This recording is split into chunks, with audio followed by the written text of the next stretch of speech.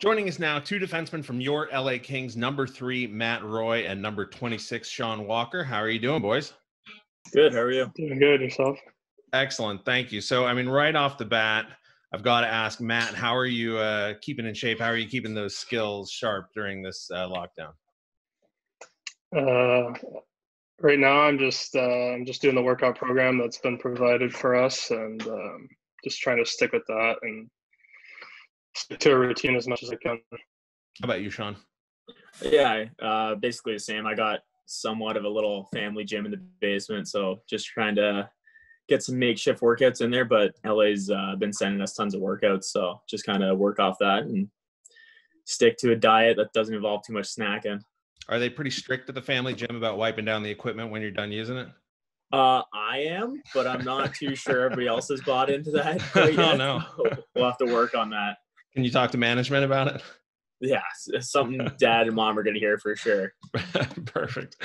Matt, we talked to you earlier this season for All the Kings Men. We talked about how you and Sean broke in together, both young, about the same age, maybe 4 months apart birthday-wise. Both came up with the ring. You both come in with the Kings. How do you feel about your season so far, Matt? Hopefully we'll get a conclusion to it.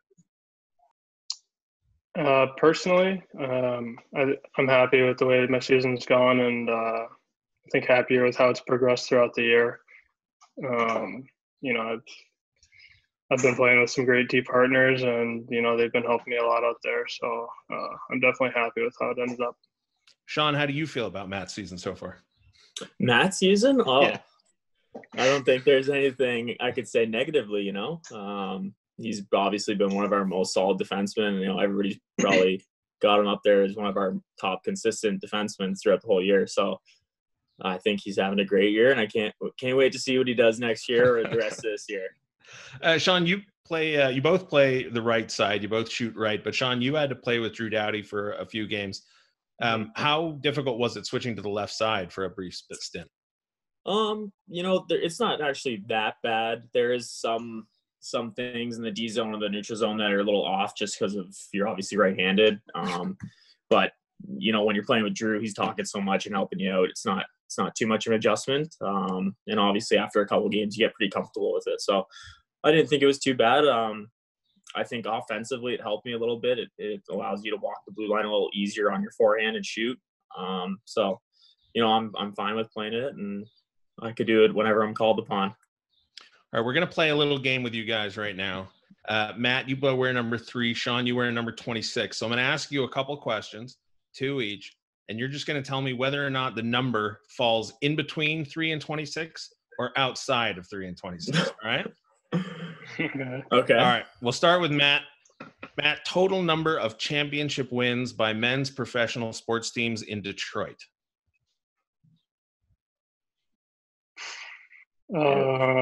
Between. That is correct. 19 is the number I came up with. Trusting Wikipedia on this one, so good job there. Sean Walker, an alumni of Bowling Green. How many players from Bowling Green have played in the NHL? Is that number inside 3 and 26 or outside? Outside. That is correct. It's 40. Again, all of this, I'm trusting the internet for that one. Follow-up, Sean, to you. How many have played for the Kings, between or outside 3 and 26? Between. That is correct. Rob Blake, Nelson Emerson, Gary Galley, Sean Pronger, Dan Bilesma, and, of course, Sean Walker for 6 Bowling Green alum. Do you feel like playing at Bowling Green helped you make it to the NHL? Yeah, I think I owe everything to the program at Bowling Green. Matt might disagree with me a bit, but I think BG really formed me into the player that I am today. So for sure that helped me.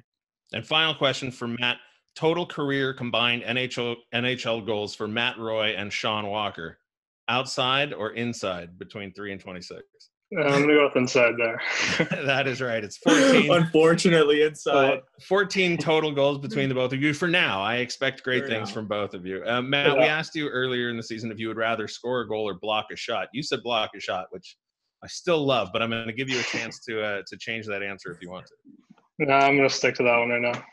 All right. Sean, how about you? He's just playing. That's just for the coaches, I think. I think I'd personally rather score a goal, but if I could block a shot and prevent a goal, I would love doing that too.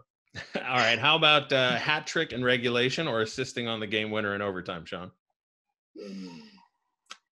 Assist on the game winner in overtime. Attaboy. Team player. Matt, same question to you. Hat trick in regulation or assist on the game winner in overtime? I'll take the hat trick, assuming we win. You got to bump that number to outside 3 and 26, right? Yeah. I don't think I'll get too many hat tricks in my day, so I'll take one if I can get it. I mean, I don't think you guys should sell yourself short. You just to smoke straight up your ass. The two of you have been two of my favorite young players to watch in quite a while. I was excited last year when both of you broke into the lineup, and Thank you. Loved watching both of you this season. The team is obviously young, lots of young players, lots of prospects vying to make the team. How excited are you guys for next season, and what do you think the ceiling on this team is, Matt? I think this team has nothing but opportunity, and I think that we've been here for the past year and a half, and we're comfortable, but we're also still trying to prove ourselves at the same time. So I think that we're going to be trying to prove ourselves along with a lot of the younger guys that are trying to get a spot, and I think that's going to create a competitive environment, and I think that's going to help us moving forward.